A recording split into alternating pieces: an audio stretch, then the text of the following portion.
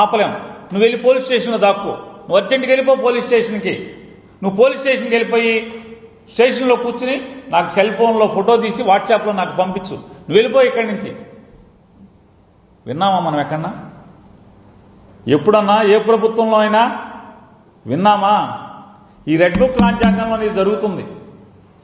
పోలీసులు అయ్యా నన్ను చంపుతున్నారని ఎస్పీకి ఫోన్ చేసి చెప్తే చంపటానికి ప్రిపేర్ అవుతున్నారు, వస్తున్నారని చెప్పని ఒక 3 గంటల తర్వాత ఎస్ఐ వస్తాడు, 2 పోలీసులు నెంబర్ పెట్టుకొస్తాడు.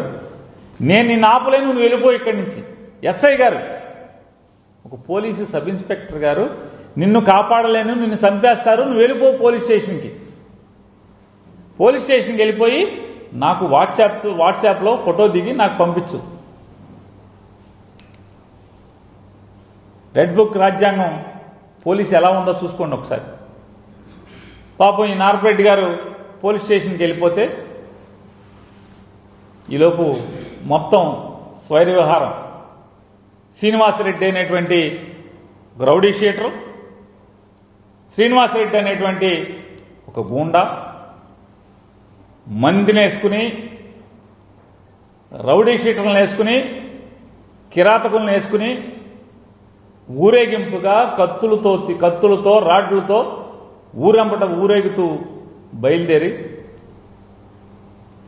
ఎవరైతే ఈ నారపరెడ్డి ఇంటికి వస్తూ దారిలో నారపరెడ్డి లేడు, పోలీస్ స్టేషన్కి ఎస్ఐ పంపించేశాడని చెప్పని కౌరు తెలుసుకుని